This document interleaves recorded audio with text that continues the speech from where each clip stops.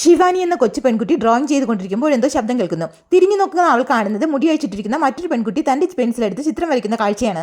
പേടിച്ചുപോയ പെൺകുട്ടി ഓടിച്ചെന്ന് കട്ടിൽ കണ്ണുകൾ അടച്ചു കിടക്കുന്നു. പതിയെ കണ്ണുകൾ തുറന്നു നോക്കി അവൾ തന്റെ മുന്നിൽ മുടിയഴിച്ചിട്ട് അതേ രൂപം നിൽക്കുന്നതായി കാണുന്നു. അടുത്ത ദിവസം വിവരറിഞ്ഞ അവളുടെ അച്ഛൻ ഇവളൊരു മന്ദബുദ്ധിയാണെന്ന് പറഞ്ഞ് അവളെ ബോർഡിംഗ് സ്കൂളിലേക്ക് മാറ്റുകയാണ്. എന്നാൽ ആ യാത്രയിലും ആ രൂപം തന്റെ വീട്ടിൽ തന്നെ ഉണ്ട് എന്നുള്ള സത്യം പെൺകുട്ടി മനസ്സിലാക്കുന്നു. അടുത്ത ദിവസം വീട്ടിലെ ഡ്രൈവർ മുറിയിലേക്ക് എത്തിയപ്പോൾ ആയിരക്കണക്കിന് വവ്വാലുകൾ അവിടെ നിറഞ്ഞിരിക്കുന്നു. പേടിച്ചുപോയി അദ്ദേഹം അവിടെ കണ്ടൊരു ഹോളിലേക്ക് നോക്കിയപ്പോഴേക്കും ഒരു രൂപം അയാളെ ആക്രമിച്ച് നിലത്തേക്കിടുന്നു. നിലത്തേക്ക് വീണ അദ്ദേഹം പടികളിലൂടെ ഉരുണ്ടുകൊണ്ട് താഴേക്ക് പോവുകയും ഇലക്ട്രിക് ബോർഡിൽ തട്ടി അവിടെ നിന്നും സ്വിമ്മിംഗ് പൂളിലേക്ക് വീഴുകയും ചെയ്യുന്നു.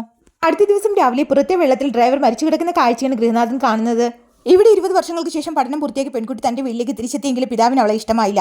ജനിച്ചപ്പോഴേ അമ്മയുടെ തലയെടുത്തവളാണെന്ന് പറഞ്ഞ് അയാൾ കയറിപ്പോകുന്നു.